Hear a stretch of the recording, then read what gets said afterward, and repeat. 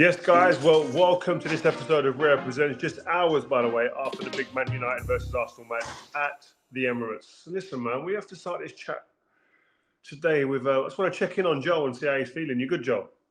Rio, I'm not even gonna hide behind anything today. I've been thinking since yesterday, what am I actually gonna say?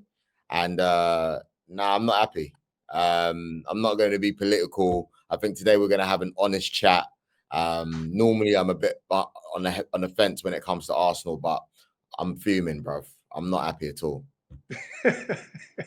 I'm not. Where's the cigar and where's the shades? It's not the season for shades of cigars. We all know this. It's not the season. You know, it goes back to the summer transfer window, and I think it's biting our asses right about now. Do you know what I mean? Like it's a shame because we should have been back-to-back champions. We really should have. But right about now, we should have been champions for 2 years running. We should have been back-to-back. Like yeah, we should have been. We should have been like Kappa back-to-back champions. You know what I mean? But unfortunately, we weren't shrewd enough in the market, and we've suffered. And yesterday, you could see it. I'm not even mad at Kai Havertz, and I know we're going to talk about it a little bit later on. But I'm not even mad because if you told us that he would have given us what he's given us in the last couple of years, we would have taken it. But it's very obvious that we need reinforcements. Saka's out.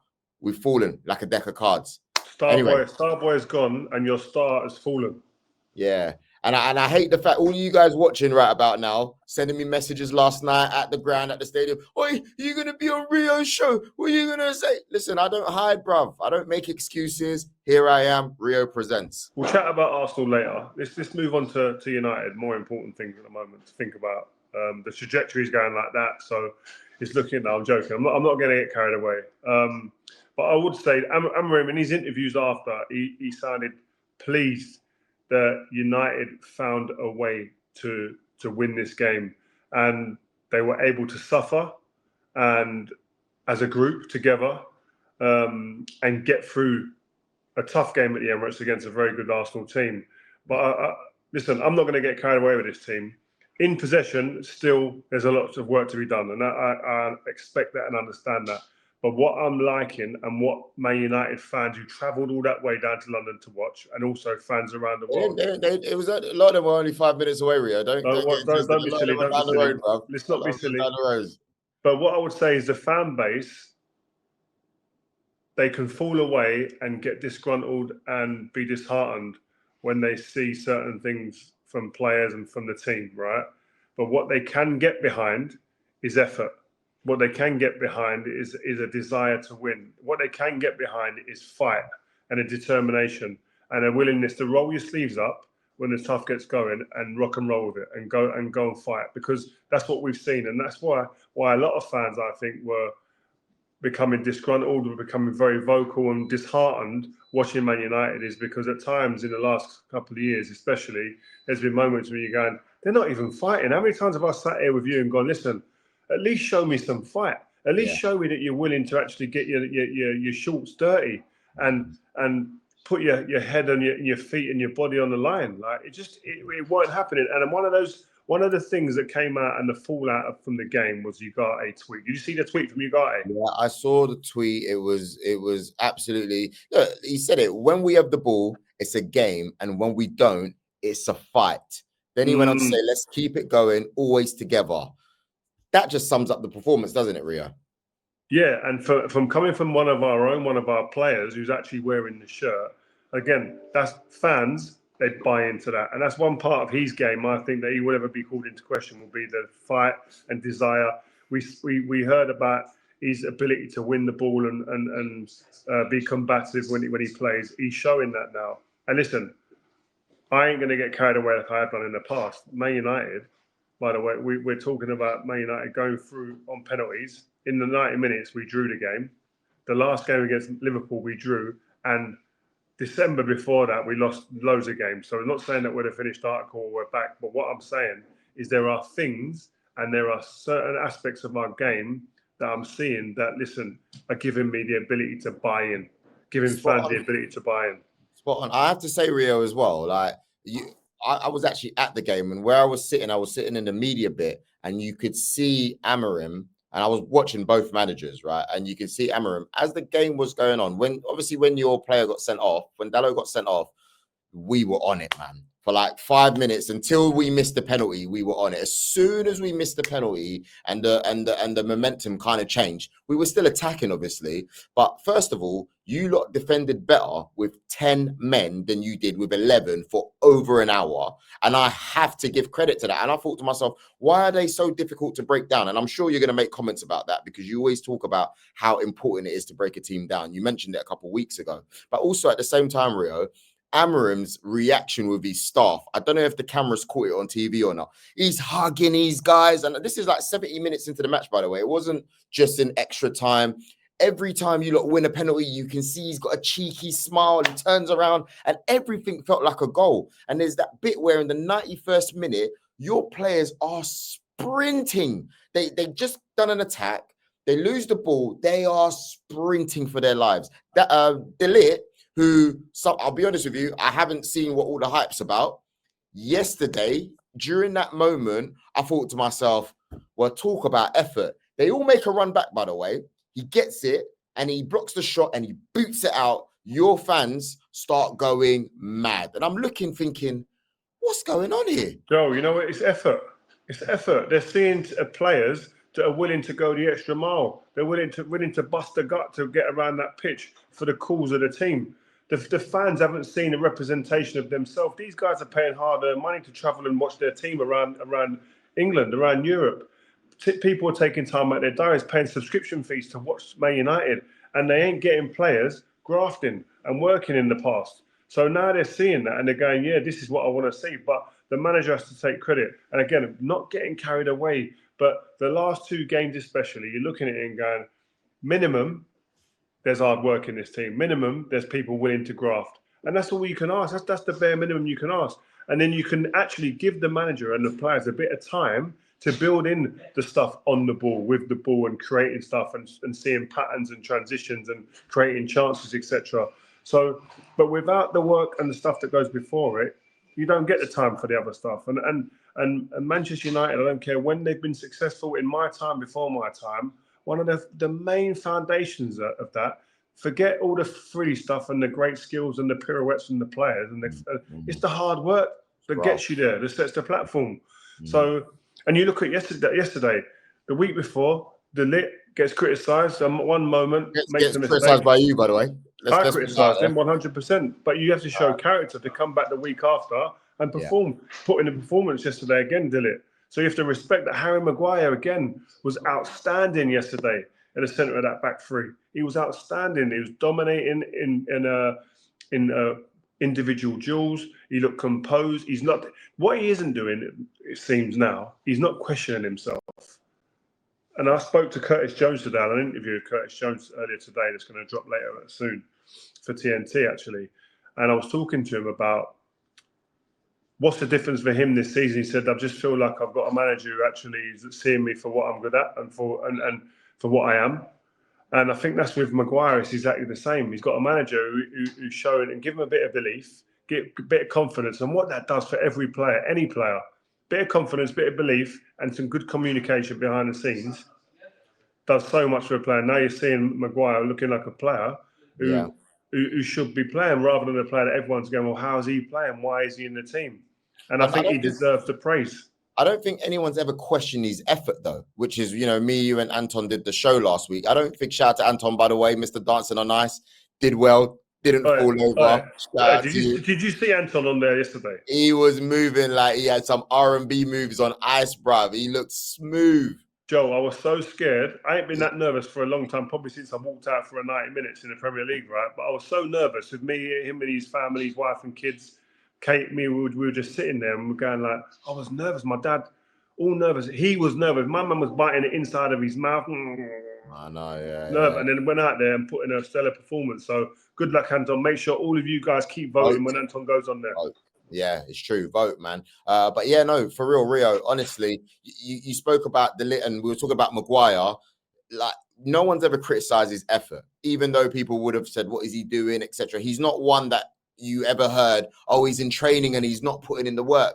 I think with him, it's purely confidence. And like you said, he's working in a system that works for him. He's not exposed in the two. You know, he's got people alongside him. Pacing isn't his attribute. He's actually a good sweeper. We've seen it for England for many years. Even your boy Martinez yesterday, I've been a bit critical of him, if I'm honest, because I just thought he was just pure hype. All this action Jackson kind of stuff. But you know what? Puts away a good penalty. I just think, you know what? Sometimes teams, when the team performs, it can hide frailties in individuals' games. It can cover up certain aspects of people's games where they're not so good. So we all need that. We all need the team to be playing well. Any team, when they're not playing well, individuals stand out like sore thumbs for the wrong reasons. And Man United are no different from anybody else. But when the team are playing well, it can disguise some situations where you might be exposed. So the more they play together, the more they understand, the less space there's going to be around people to be exposed. And that's a simple fact of the matter. But even Bruno, you look at Bruno. Have you seen his stats, by the way, against the big teams? Yeah, his stats against the big teams, and I see a lot of people calling him out. He ain't good enough. He moans too much, etc. Yeah, he might moan a bit, and he can be a little bit kind of animated at times.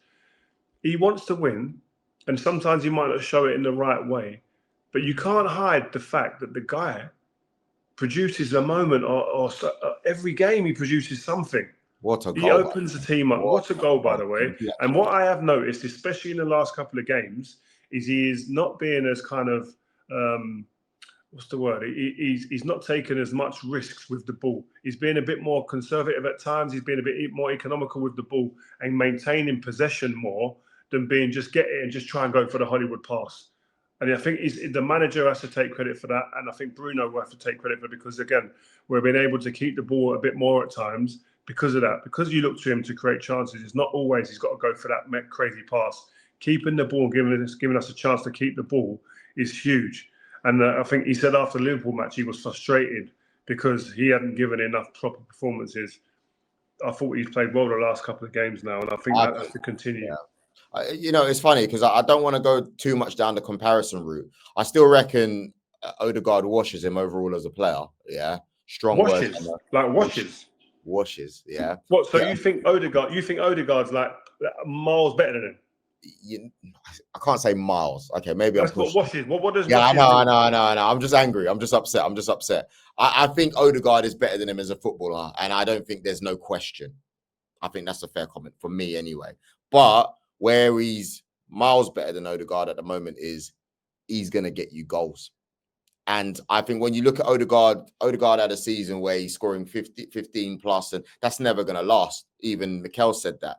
But with Bruno, his finishing when he wants to turn it on can be like a striker. Nasty.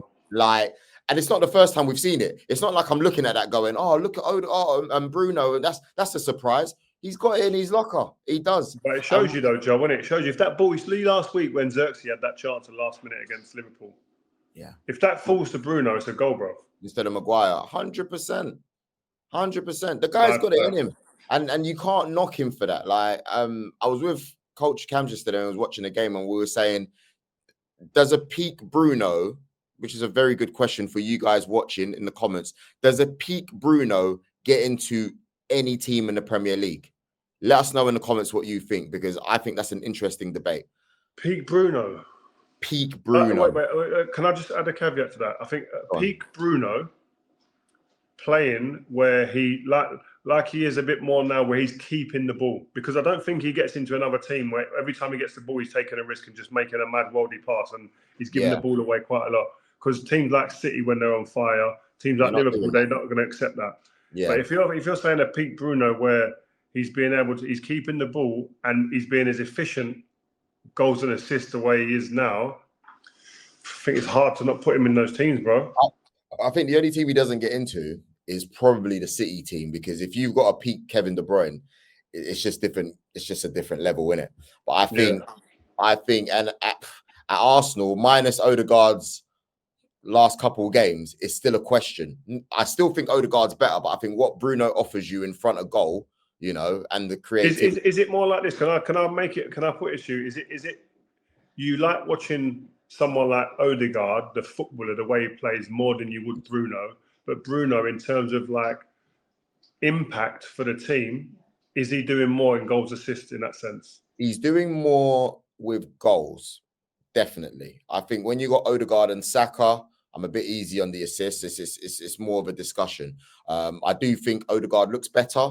I do think Bruno's goal threat though can be underrated. If I'm honest with you, I reckon if I was playing behind them and the way I was, and I'm not blowing my own trumpet here, but the way I would be with them, I wouldn't accept Bruno being frivolous with the ball and just playing mad, outlandish balls.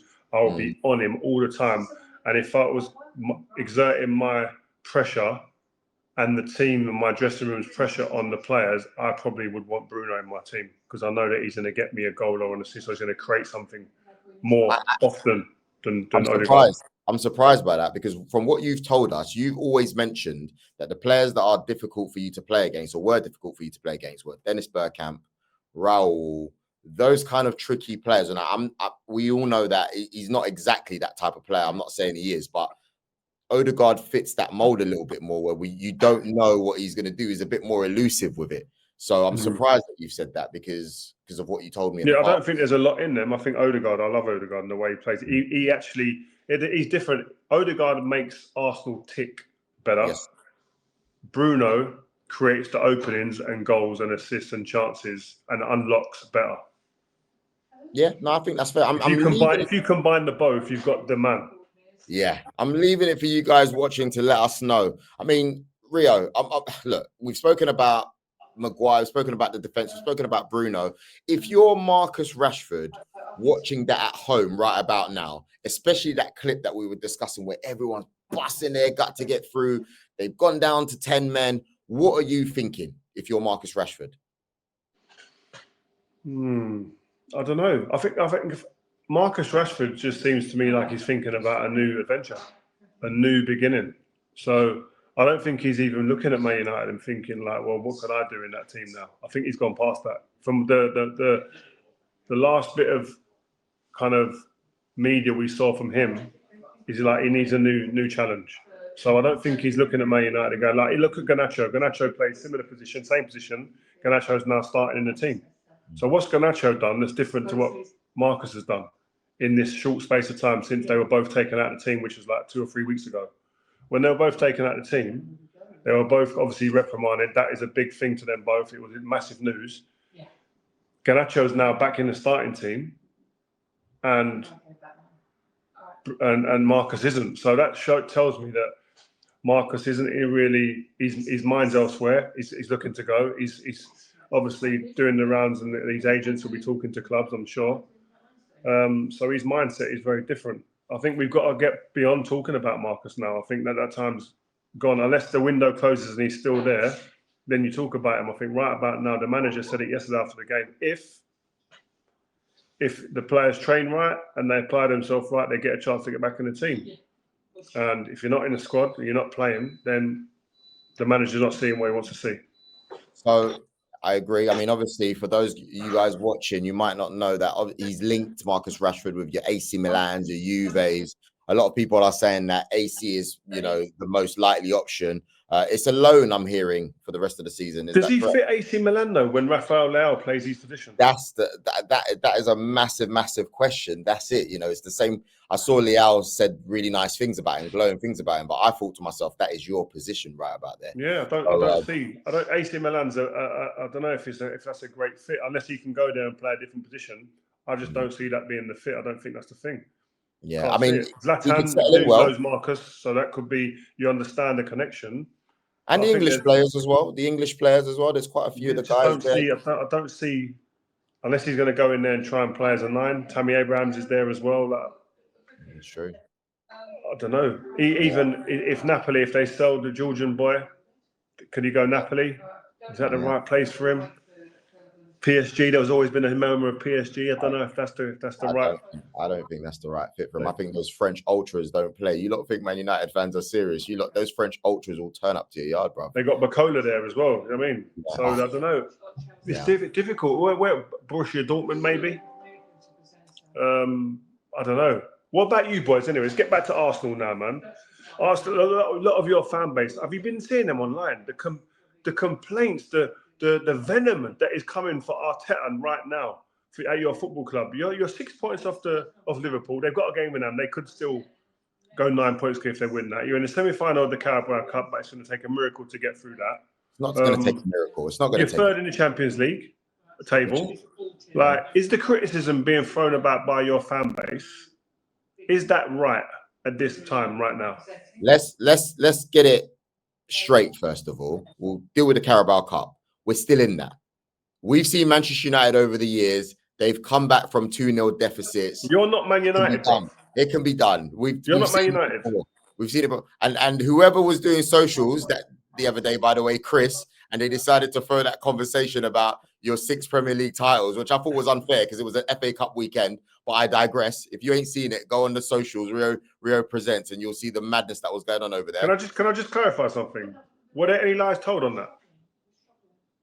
I just think it was the wrong weekend to be discussing that stuff. We're focusing on the oldest competition in football, and you want to be talking about the amount of Premier Leagues you got. That's selfish, Rio. Selfish. No. It was put to me, and I came back with a look. Listen, you can't really compare. Like I said, selfish. You know what the other one is? I saw another meme the other day. If Ryan Giggs gave every starting member of the Arsenal first team a Premier League medal, it'd still have more Premier League medals than any of them. That's unbelievable. That's a liberty. That's a liberty, you know. That's a liberty. But it's a mad fact, though. Whoever's coming up with these stats, they need to relax anyway. But you know the mad thing is, though, Joel, like, I don't want it to come across like I've got anything against Arsenal. Mate, right about now, I want Arsenal to go and win the bloody league. Because they're close. Because I don't like Liverpool winning the league, and I don't like City winning the league. Yeah, you say that, but everything you give, the energy you give tells me different. Like what you say from your mouth and the energy you give is different. It's you and some of the stuff I see online with your fan base. I'm thinking, guys, what is going on here? Hey, Troops is gonna burst a blood vessel, you know. Like honestly, I worry about it. Troops needs round the clock care right now. Robbie needs round the clock care. Their blood levels are going to go through the roof. They must have constant headaches. The judges is going nuts. Even Yardman. Yardman's my local Caribbean shopkeeper, you know. No, he cracked me up the other day. Yeah, he's mad. But going back to what I'm saying, Rio, Carabao Cup is not over. I refuse to have this spirit of dying before there's 90 minutes of football left to be played. So we're not out of that. Right, good luck, man. Good luck. Yeah, it will be. We've got 7 games left to play till then. Anything can happen. It's that will put you lot to bed. I'm not hearing that. We'll see in 7 games. Please, let's clip it up. When it comes to the FA Cup, Rio, massive disappointment, man. Because first of all, I was disappointed that we played you so early. Can you see that backhand topspin? What, the slap? You lot got slapped with a backhand by 10 men. It wasn't a slap. You lot defended for your lives and you defended well. When I look at my players, Rio, I'm not gonna lie, bro. Like I'm tired, you know. What concerns you most about your team's performance the other day, please? The lack of goal threat.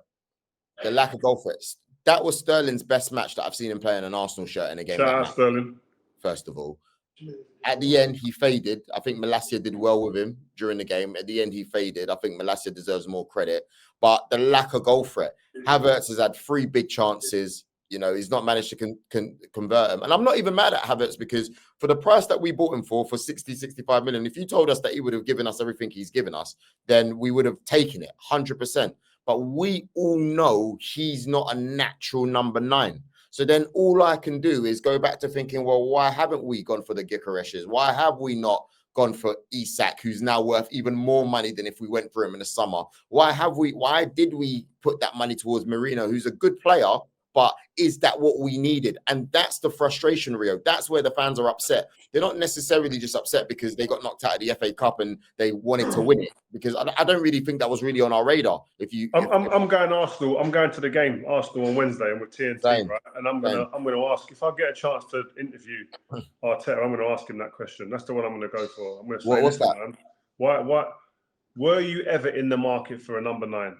And if so, why didn't you get him? Please. Like, why was it? Was it the number 1 target of your transfer window, or what's happened? Because relying on set pieces, which you did, that was never going to be something that's long term, that's going to last and get you over the line to win the league. Set pieces. But did we rely on it, or is that just an additional part of the game? Yeah, you're right. 1-0 to you. Yeah, because I think that where we've struggled is if you're going to have a striker like Havertz, who he's not your natural number 9, your wingers need to be giving you 15 plus goals a season. Saka was. But you need the same on the other side. So whereas Martinelli hasn't been scoring and Trossard hasn't been as clutch as he's known to be, it's all gone down. Then all the pressure's on Kai. Thank goodness Gabriel Jesus has been banging in a few goals recently. He went off injured, which was unfortunate. I'm hearing he might be out for the season, Rio. Whoa, is it? Yeah, wow. That's bad. Think about it. So who do Arsenal go realistically? Let's talk realistically, because they can't get Isak mid-season. So just count him out now. Most informed striker around at the minute. Like who do they go and get? Osimhen is available, I'm sure, at this window. Yeah, it's a panic, but that's the issue now, because now we're in this situation where we should have been back-to-back champions, like I said, but now we're there for it's like the panic buys. You've got people talking about Ollie Watkins. I don't see Unai Emery letting go of Ollie Watkins in You've got more chance of getting Duran. Yeah, but no. I don't know. You won't take it? You won't take him? I would take him. No, I would take him, but you're saying we got more chance. No, Duran is their future. I think Villa are more likely to get rid of Ollie Watkins than Duran at this point. Right now, no way. Ollie Watkins is guaranteed. He's their main man. He's a talisman. I didn't say he wasn't a talisman. I'm just saying. Who, if you could realistically, who would you going to get if you're Arteta now? If you could tell Arteta to get one man now, who are they getting? It would be Isak, but it's not going to happen. That's what I mean. Realistically, who would you get then? You got to go. I don't know. Go for you. You're not going to get Mbeumo because Brentford are going to be like no chance. Like I even see Thomas Frank laugh the other day when they mentioned him leaving. There's no one that you can. It's going to be a panic buy. Osimhen is probably the most likely option, but I don't see you getting anyone decent during this time. You're not going to get Ferguson because end of the day, like I think he's dropped off anyway in the last couple of seasons. We're stuck. Rio. Joel Pedro. What about Joel? Is it Joel Pedro? Do you see Joel Pedro leaving in January? Like just leaving Brighton? Probably one of them. No. If we got Arsenal got to push the button, man. They got to go and force someone's hand. We got to push the button and they've got to go out and do it ASAP because honestly, what I'm seeing Mawani's, he's been touted around, but that's not what we need. We need a pure number 9. For me, he's not a pure number 9. I think we should get the community to give us some names, man, who they think will be the right person. Another thing, right? Do you agree with what Mikel Arteta was saying after the game the other day about saying that he's been like incredibly pleased with these teams' performance? Every 3 days going out there and giving high level performances, they just haven't been rewarded and haven't got what they deserved in the last couple of matches. But he's so delighted with the way that the team have been playing. To an extent, yes, but then at the same time, I think a lot of it is self-inflicted. Very silly decisions in the beginning of the season, yellow cards that we shouldn't have been picking up, costs us, many games. We're looking at least six points, maybe 9 in the start of the season. And guess what? If you got those points, you're equal with Liverpool or you're ahead. So self-inflicted, first of all. Yes, I give credit because prior to the international break, we were being criticised. Odegaard comes back. We deal with Nottingham Forest, which should have been a tricky game. From then on, we do very well. It's only the last couple of games where it's been disappointing with the draws. So I can see where he's coming from. But then at the same time, Rio, we've suffered from injuries, which is massive. People have not been speaking about it. We've suffered massively. But for me, it's the squad depth that is an issue. And we should be anticipating that Saka, who never gets injured, could be out for half the season. What happens if he's out for the half the season?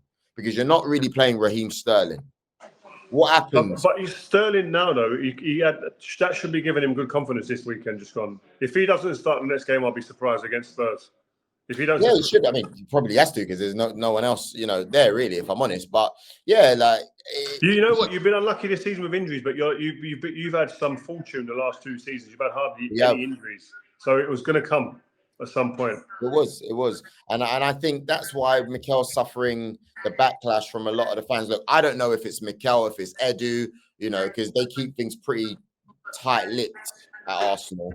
So I don't know. I don't think it's right for people to be sitting there screaming, Arteta out and all this wild stuff that you hear. I've grown, I've changed. I realize now being in around the Rio Ferdinand presents the agency. I understand that there's more to football than what meets the eye. So, I'm a bit more composed with that. But saying that, Rio, we should have had a better window, man. It's really kicked us off. And don't forget, Rio, I don't even think we can get any more loans, because we've got Raheem and we've got Neto, who hasn't featured. We can only go and get international loans, by the way. I think we can get an international loan, but we can't get any more Prem loans. Wow. Are you back to being Arteta out, or are you in? I just gave you a speech saying that I understand how football works, though, and I think it's outrageous for people to be screaming Arteta out, and you just asked me the same question. I just wanted clarity. Sorry. Okay, cool. But what do you think, for someone who's got experience watching Arsenal? I know you said you want to see us well. From an outsider looking in, all jokes aside, what do you see? I think the football club or Arteta, in terms of going and getting a striker, who's to blame? We don't know that dynamic. We don't know whose kind of decision it was not to go and get a striker. Was it because the market told you there's no one available, or you were outpriced, or you just wasn't in? There was no intention to get one. It'd be nice to get clarity on that, to understand that. But again, when you set a team up and the manager's training, the manager can't put the ball in the back of the net. Like, you've had enough chances in the last couple of games to win those 2 games, right? And you haven't been able to finish the chances. So the manager does everything to put you in the best position to go and get the chances and create those, which I think he's doing his part of the bargain. Then it's down to the player to be able to convert. But then it's twofold, because it goes back to if it was the manager's decision not to buy that number 9, then he is part of that blame as well. But listen, I don't think there's too much wrong at Arsenal. It's just it's a moment where things aren't going so well. You've been on a trajectory that's been doing that for a while, and you've just been chasing a superiorly dominant team, an outrageously dominant team in Man City, which has not enabled you to win the league. And I think the problem is everyone expected Arsenal. If City were going to fall off, that Arsenal will be the team. And I think Arsenal fans became kind of glued to that and became kind of like expectant of that as well. If City have a fall off season, we're going to be there to challenge and win that now, and we're going to be the team, the front runners. And now you're like, wow, Liverpool have come out of nowhere now.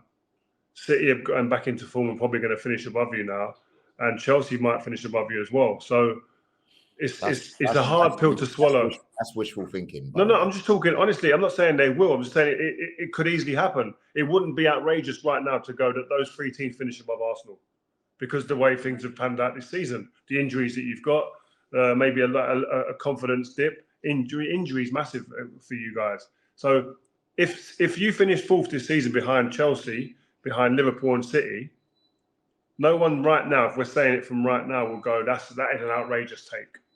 It potentially could happen. So that is a very different kind of temperature to the way that Arsenal fans walked into this season, because it was about winning the league and going for the league again. And rightly so, after the last 2 seasons you've had where you finished runners up.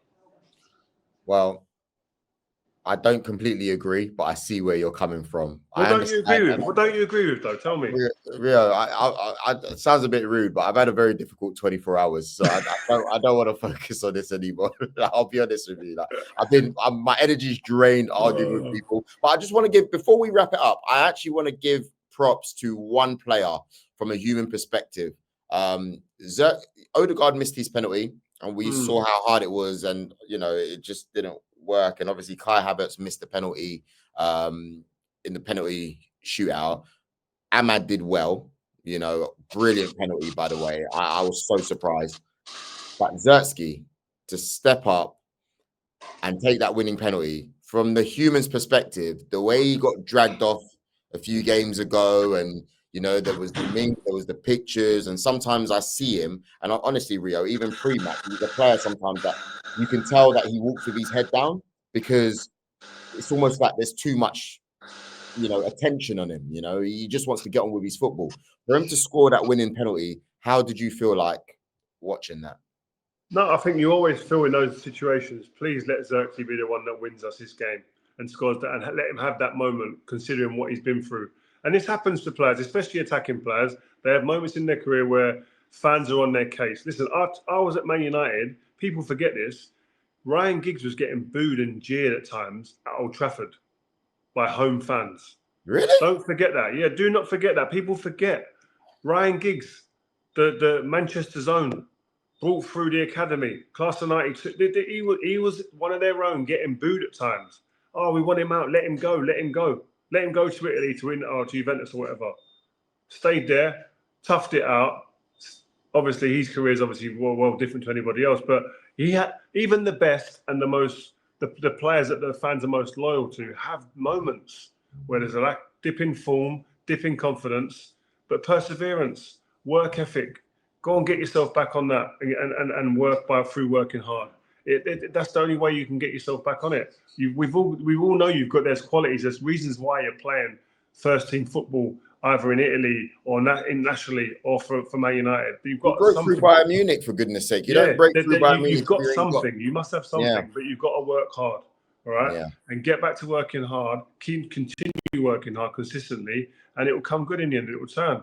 And I was pleased for him. I was really pleased, and I was also pleased for the goalkeeper because he'd been criticised before. And then again, we talk about players having moments. That was the goalkeeper's moments. He controlled the 6-yard area box here. You know, I've been critical of Onana recently. Every corner, and we had a good number of corners, by the way. Every corner, everything was dealt with confidence. His kicking's crap, right? Let's be honest, kicking's crap. We had 12 corners, Rio, yeah? You guys had 2. We had 12. He dealt with everything with ease. We weren't beating him. You know, good shot stopping. He's been criticised massively, like you said as well. But yeah, credit to him. The goalkeeper deserves a definite shout out. I thought he was magnificent yesterday. Yeah. Saves. That's what you want. Them big moments in them games. Yeah, I know. Two more topics. Obviously, VAR. Ugarte could have killed one of our players yesterday, by the way. Absolutely. Good. That's what you want. I want to see a man. I want to see passion. I want to see a man fighting. That's not passion. Within the rules of the game. That's not the rules of the game. You can't headbutt a man, Rio. You can't. But did you see Havertz dragged him up by his neck? I didn't see that. Havertz, you didn't see that. Havertz had him around his neck, and Ugarte said, "Listen, I am not your average guy. Bang! Take that. Move." that was crazy, criminal. I'm surprised the police didn't turn up. But one of your players, one of your favorites that you've been watching over the years, Casemiro, he was on a bench. And obviously, your boy Toby came on, Collier. Casemiro, from what you're hearing, because you're up north at the moment, is he gone? And also thoughts on Toby? Yeah, I think there's a possibility for Casemiro to go. I think there's, if there's a buyer, I don't think the club will stand in his way. I wouldn't imagine right now. I think he's not playing. I think you've got to look at both things. Is the player happy to be on the bench? I don't think Casemiro will be happy. At any point in his career, he's never been on the bench. So if he's on the bench now, I think if an offer came in, he'd listen to it. But also the club, you can see now they're bringing on Toby Collier, who, by the way, was excellent when he came on. The energy levels were huge through the roof. Who came on, so testament to him. But obviously they're bringing other players on in front of him. So I think if it's the time right now and they get an offer that they require and they want, I don't think it'll be something that will be difficult to happen. So. And if he wants to go on and play football, who are we to stand in his way, man, at this stage of his career? Especially if he's going to earn twice the amount. Anyway, Rio, thank you very much for your time today. Nice, guys. Well done, Joel. Hey, you've been speaking to everyone today. You've been chatting with Onslaught, Curtis Jones. Yeah. I'm seeing Elatoon I'm meeting later. Yeah, so Man United fan, Man United player. Big game goal scorer. These are the type of people we're meeting. No, I love it, man. Really good stuff. And I saw the interview as well. Kingsley Coman interview is out now. Check it out. Speaks very well, by the way. I like the clean setting. You lot came like you were prepared. It was some prestige. Felt like trophies. felt like something I haven't experienced in a few years. Yeah, that's why you went on the trip, bro. Big trophies in that room. Nah, it was good. And obviously, please, everyone watching, keep on watching Rio Ferdinand Presents. There's loads of good things going on. You got to make sure you check out the website as well. Links are in the description. Take it easy on me in the comments today. I've come humbly and honestly for once. No mini trophies, no shades, no cigars. But we will be back next week. So make sure you like, share, comment, and subscribe. Joel Beya, Rio Ferdinand, signing out. Shout out to you, Anton, dancing on ice. Yeah, vote. Make sure you vote my brother Anton Ferdinand on Dancing on Ice at the weekend, please. Come on now. Signing out. Peace. Thanks, guys, for listening to this episode. Hope you've enjoyed this show. And if you have, make sure you leave us a review and follow this Rio Ferdinand Presents feed to make sure you never, ever miss an episode. If you've got a point you think we should be discussing or want to put us on the spot with a question you want answering, get in touch using the fansfirst@rioferdinandpresents.com email address or use #RFP on social. See ya on the next one.